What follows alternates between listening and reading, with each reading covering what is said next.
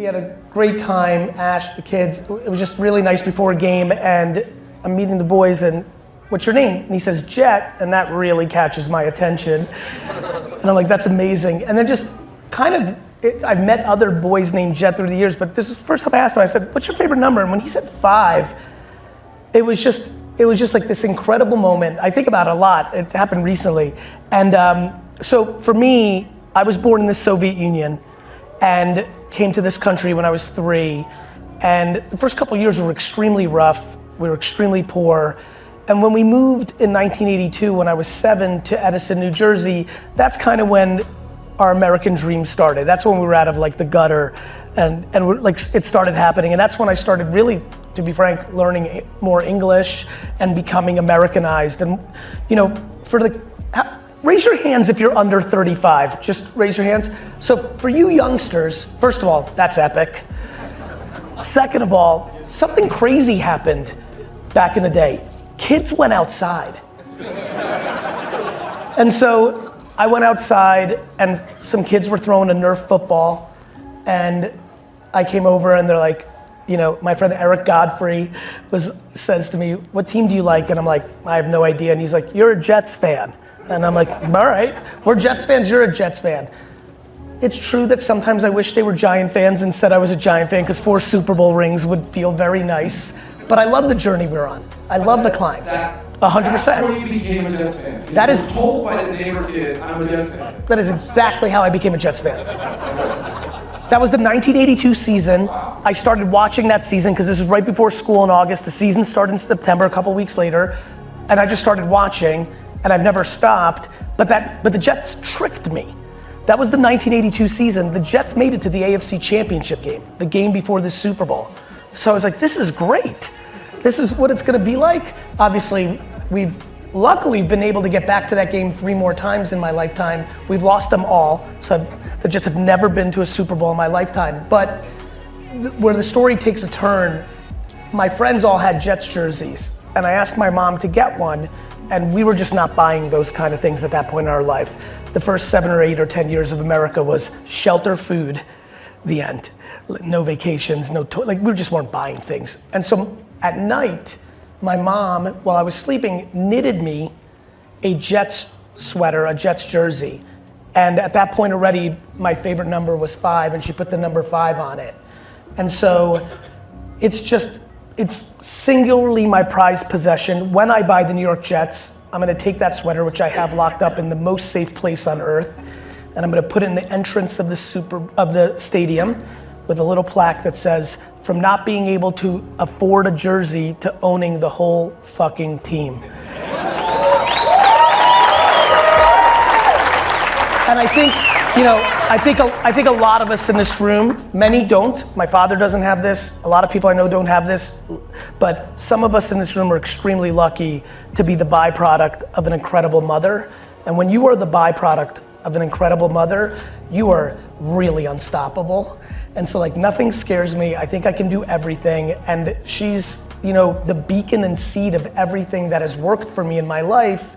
And so the number 5, the reason, if some of you have seen my social media, the reason I put up the number 5 is that's a little bit of a head nod to the person that crafted me, and that's my mom. I think there's just a lot of enjoyment for us to see the people that come through our organizations go on and win. To me, there's no greater joy than the thought. Tubi ran a Super Bowl commercial that I think a lot of you saw this last weekend and tricked a lot of people. It was really clever. And to know that Nicole, their head of marketing, was behind that work that arguably, and I think so, was the Super Bowl commercial of the year, was, you know, brought through the system of Vayner. There's no like greater pride. It's not the same exactly as your children achieving, but it gets to like the close next level. And so the reason I said to Rise that marketing is changing so much, and we're so at the forefront in our Vayner world of companies that I know a lot of the CMOs in 12, 15 years are gonna come through our walls. So that's what he's referencing. To make it relevant for everybody in the audience, so many people here, whether it's to make their barber shop get off the ground, like a young man I spoke to a couple hours ago, or maybe it's just because you're nephew is running for mayor of your town, or maybe you just want to raise a couple of bucks for a disease that took your parents' life. Everyone here, especially with the way that the world is going, is actually in the marketing business. You know, as we all know, there's very few 15, 16, 17, 18-year-olds on earth that don't either produce posts on a daily basis in social or definitely consume it, right? So we're in a very different era than the radio era, the television era. We are now in full-fledged, mature internet era. And marketing is changing dramatically. The biggest companies in the world, many of who do a lot of things with the NBA, the reason sports is so dominant is there's so much attention. You know, it's funny, you mentioned something, Joey, Adam, like, it is astonishing to me how much I'm picking up what Joey's saying about the NBA. I think what Adam has done as commissioner since he's been here, on the shoulders of what David has done, it's pretty remarkable when you compare it to the rest of the sporting world. I believe that to be true. And one of those things that they did, for example, was Europe and the rest of the world in proper football, AKA soccer, has had branding on their jerseys forever. That was like sacrilege in American sports. And who did it first? The NBA. And by the way, in a world where we all know in here that we don't watch that many TV commercials outside of the Super Bowl, brand integration into the thing we're watching, the game, is very important. So whether it's things like the patch or things like social media and streaming services actually eating up the majority of people in this room's attention, not print, not direct mail, not television commercials we grew up with. The landscape is changing dramatically. And yesterday I was here and I had 7 to 8 meaningful meetings with CEOs and CMOs of very large companies. And I was blown away by how every one of those leaders has completely accepted this new world compared to, let's say, 2019, even the beginning of COVID, where big brands still thought, I've got to do the big television spot and you got to do the big brand campaign. And so what comes natural to many people in this room under 25, because it's been their entire world, YouTube, social, video game, streaming, gaming, Twitch, like that is now getting to a level of scale. And what we know is that there's a lot of people in this room who now know how to use QR codes and they're not under 20. There's a lot of people in this room who are not 20 who are consuming TikTok every single day. And so the world is changing significantly, and whether you're a big business or whether you are literally a human in here that wants something to happen, understanding how to make the pictures and the videos and the written words for these platforms is the battleground. And that is, for me, the only thing I do for a living for the last 25 years, whether it was helping my dad's liquor store or doing what I do in marketing or VFriends or whatever I'm doing, it's really just trying to figure out where the attention is and how to be the best at filling that attention with information. There's no time machines. I know there's a lot of people here who have a lot of emotions towards digital. I don't like the kids on TikTok. I don't like this. I don't like that. People said that about the automotive. People are like, I like my horse. It's true. Go read the articles about the television. We don't need the television. The radio's just fine. Right? You know how many people here did not want to get email? Do you know how many people here once had a beeper and said, I'm never getting a cell phone because my beeper's just fine? Do you know how many people here debated me only 15 years ago that they were never gonna go to the iPhone because their BlackBerry had buttons on it and they needed the buttons? We have opinions. Technology doesn't care about our opinions. It's just gonna continue to move, and either we get on it or it takes us out. Tyler was talking about a kid who's worked at Vayner for 7 months, and he's like, I wanna be like you, Tyler. I wanna be exactly what you're doing. And Tyler's like, cool. It took me 9 years to get to this moment. For 6 of those years, I worked directly with Gary, and that was 19 hours a day, 365 days a year. And so I'll see you here in 9 years. And the kid's like, what? And so, and so that's how I think about this question. Knowing you a little bit, that's why I pointed to you earlier when I said I like real business men and women, people that actually operate. I think that people underestimate how much output. People want to use the excuse of quality to not put out quantity. Right? People love to throw, Gary, you don't get it. I like to do quality. I'm like, me too. and quantity. Now what? And so the cost of entry to actually build a meaningful media company in 2023, based on all the distribution, is to do it all. And so sometimes but look, I did Wine Library TV by myself for 7 years. 7 years, right? Everyone's like, well, now you have Team Gary. I'm like, yeah. For 7 years, I had myself. Then I built up enough money to reinvest back. I didn't want to take the money and buy a fucking Lambo. I took the money and hired more people because I wanted to build something meaningful. And now I have that. And I think for all of us here trying to build whatever we're building, content is, and by the way, I know a lot of you have followed me for long enough, and I know a lot of you haven't. Here's the most important part of why I'm so excited to tell you this right now. 2023, because of the way the algorithms work, is better than every year we've had since 2013. 2013 is when organic reach on Facebook fan pages started to go down and ads started to go up. The TikTok movement of the last 3-4 years and what the other platforms are doing gave everybody now the chance to get 40,000 views on something even though they have 800 followers or whatever the number is. This is the greatest era to attack making content because you can get the organic reach. For people here that have been flirting with TikTok for 3 or 4 years, you already know it's way down. Every video I made got 400,000 views on TikTok 2 years ago. Now I get 8,000, right? So like it's supply and demand. So Facebook Reels is out of control. For some of you that I've talked to, you should be absolutely making Facebook Reels huge because there's a lot of demand there, but people are not producing as much. On TikTok, you got every kid under 18 in the world posting 9 of them a day times 100 million people. That's up fast. So it's just output. It's output. And then it's the quality, right? Like, how do you get better at basketball? You practice every day. But if you're bad at it naturally, you're only going to be so good. But if you don't do the practice, you have no shot. Right? Like if I've been playing pickleball since I was 6, I'd be a lot better than I am right now. It's the reps, but my natural talent has a cap. That's everything, by the way. That's the answer to everything. Your natural talent, your work, and then what are you trying to get out of it? There's a lot of things, I wake up at 5 a.m. to play basketball. I'm not going to the NBA, not even close. I'm not even going to CBA or G League. I probably can't beat most people here in basketball, but I love it. And so what I'm trying to get out of it is entertainment, escapism, joy. There's a lot of people here who could build really meaningful happiness in their life if their ambitions for the business that they're creating was reasonable and not some ludicrous delusional dream of building $100 million company. The amount of people on earth right now that could make more than their salary in a job that they don't like by having a business that is just practical around something they do like is high. But most people are just caught up in the hoopla. It's crazy watching what's going on in society. Like people think like if you do $1 million, like that's a small business. Most people never ever get there. So we just need to get the conversation more practical.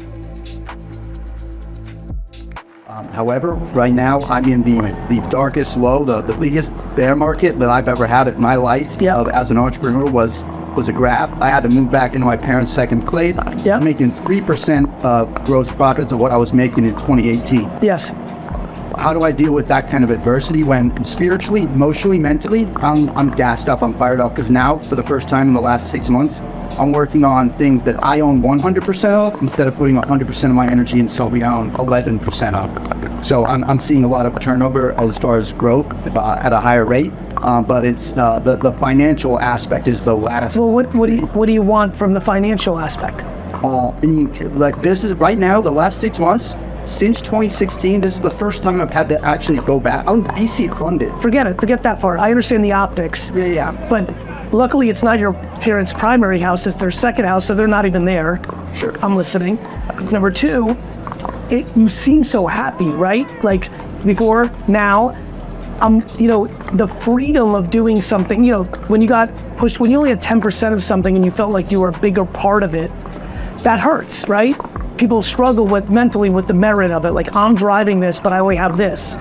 I think your happiness that I felt there versus the time VCon or what I'm feeling now is actually the answer to your question. I don't think you need the finances part right now. Meaning, I get that you'd like it, but my biggest question for you is like, what would you do with it? Like, when I hear 3%, like, let's just say you made $1 million this year in take-home cash, 2 million, actually $1 million after taxes. My question is, what would you do with it, right? The overall vision is kind of to change my personal brand output to something that more aligns with like Mr. P's type of content. I want to give back, and I was from 2017 to 2020, but then the finances messed me up. I get it. So how old are you? 25. Right, so like, you know where I'm gonna go here. Like, just grind for the next 4 years and then start doing Mr. Beast like things at 29 when you'll be a baby. At 29, I was in a liquor store. At 31, I was in a liquor store. At 33, I was in a liquor store, working at a liquor store. So, you know, for me, I actually think you're in great shape. This is what I love about people doing stuff earlier. Think about what you've already gone through at 25. You already understand, I don't want to make that mistake, right? I don't want to build somebody else's shit. I know I want to make this. So you're sitting ridiculously pretty. What's happening is you tasted something before where you had some more money, whatever you did with that day to day, whether, you know, entertainment or being able to get, I get that, I understand that, but it's not really what you need, right? And so if your answer is, I just want to make impact and do bigger stuff, well, good, you got 100, at 25 with modern medicine, you have 100 years to do that. So that can happen at any time. I would just say that you should enjoy these next 3-4 years of actually building something. Enjoy the process of it, not the trophies that come along with it. Happiness is a byproduct, not an actual destination. And so people have this misconception that they're going to find happiness like it's Europe, and then they're never going to move out. Happiness is a byproduct of certain behaviors, and you can set yourself up to win, and you can set yourself up to be happy. The sad thing is happiness is a learned skill, and a lot of our houses don't teach happiness. That was the situation I was in, and so I actually just started studying people that were happy, and I saw what the algorithm was. What do they do that's similar? And for me, I don't focus on happiness as much as harmony. I don't really believe in the word balance, because balance is a binary thing. It's like, it's a very, tedious, like, Harmony is saying, my life has many components. I'm a woman, I'm a mom, I am sexual, I'm spiritual, I'm a business person. All of those limbs have to have tone, and that brings about harmony, that brings about satisfaction. If we only have one limb that is very buff and the rest of us is atrophied, we have disharmony and we have dissatisfaction. But there's no human school, and so that's what I'm looking at starting. I want to be able to teach people emotional and mindfulness skills so that they can gain tone in every area. From my standpoint, since Jewel took it up here, I will take it into one very narrow place that I've been really trying to spend a lot of time on, and that's perspective. It's so interesting to me why I deem myself happy, because I just am so grateful. Like things like the thing we got excited about of, the data behind being a human being is 400 trillion to 1. When you just start there and you realize, forget about the odds of like beating homelessness and or being born in a communist country, like just actually becoming a human. Like I always make the joke of like your mom could have had another glass of wine and or your dad could have been late and because of a the odds are so insane. I'm just so grateful for what I have versus what I don't have. And I think people just have all these admirations and envy and all these hard wiring things. To me, it's perspective. Just like I just genuinely believe there's always somebody that has it worse. And the problem is that's where I default into mentally and have practiced to put myself there versus somebody's got it better. I'm not so sold that I didn't start VaynerMedia because of characters. I was so affected by mascotting in advertising. The Pillsbury Doughboy, right? Tony Tiger, like the Marlboro Man. I even to this day feel like it's one of the few things that we have not accomplished at VaynerMedia yet, which is to stand up our own meaningful character. Our Scott's Miracle Grow gardening Super Bowl spot that had John Travolta and Martha Stewart in a couple years ago it still sits in my gut as a miss because I wanted to push this character called Gary the gardener. But I would have taken Greg. I would have taken anything. But, or when you think about what we did with Mr. Peanut and Baby Nut, like that was a big deal. Like for Planters Business, it was profound. When we killed Mr. Peanut and did that whole thing a couple years ago, that was like a big deal. It really grew that business. And then they sold it for $3 billion plus to Hormel. Like a real life thing based on characters. And if there wasn't a Mr. Peanut to kill, VaynerMedia's marketing campaign couldn't have helped Kraft grow their business, which helped them exit in a significant way. So how important are characters? It's Santa Claus is a character.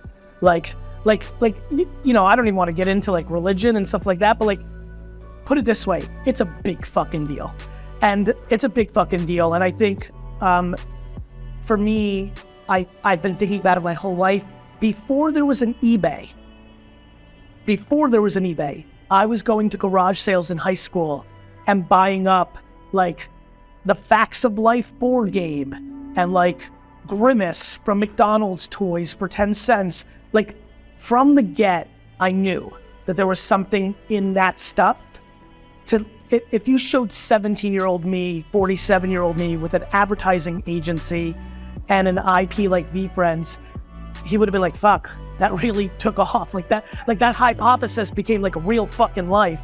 And so it's the biggest thing. And I think, again, just to remind everybody here, because we're all like in it and thinking and looking at other things and looking at our things, think about how unique VeeFriends is in the entire NFT ecosystem. Almost every other significant top 25 project, there's a single character with different attributions and rarities. We have a universe of different characters. It's just so different in the entire. I'm actually really surprised there aren't more that look a little bit more like us, where there are 50 different characters. We're very unique. It is completely based on character, and I'm excited to be at the helm of it and looking to build it for a very long time. Where do you start if the page is blank? What can we tell? This is hard because the truth is everybody here is so different. Some of you have like actual skills. Some of you are like disaster shows, right? So for disaster shows, I would say try not to go too far out of your element. Like stick figures are cool. And I mean it, the simplicity of it is important. I think self-awareness is gonna matter right now as you make this. You know, don't look at the people's pages to the left and right. No keeping up with the Joneses. It doesn't matter if the person 2 seats over is a fucking Pablo Picasso. Keep it chill, right? I think the advice I gave earlier is the biggest thing. I think the only way you'll actually make something right now that you're like actually like really jazzed about is if you go deeper into meaning. Because then the output can be like very simplistic. I mean, look, we're at Art Basel. Go into the physical art executions and you will see things that are super simple that many people want to spend hundreds of thousands of dollars to own, and they're super simple. My intuition always has been that can only happen because of 2 elements. One, the artist or their reseller, their partner, their gallery are just good at marketing and sales. That happens. But what I have found far more interesting in the last 10 years as I poke around and prod around this is I just think those are the artists that all were comfortable to go all the way then. I've enjoyed the living shit out of people having opinions of my doodles. It has been the most enjoyable part. Out of all of it, that. Because to me, it's what I love. It means a lot to me. And like, I appreciate the simplicity of it, but like, I get it because when I look at Jackson Pollocks, which are worth hundreds of millions of dollars, I don't like them at all. You know, and that's okay. That's the way it's supposed to be. Beauty, you know, art, music, it's all subjective, right? So I think that what the number one thing is just make. And by the way, you can rip up the first one. Just let it flow to the best of your ability, but go back to a place of meaning. Somehow, some way, you know, like maybe you had a pet snake that you fucking loved, right? And like, you know, just like go deep a little bit, like think a little bit right now about like feelings.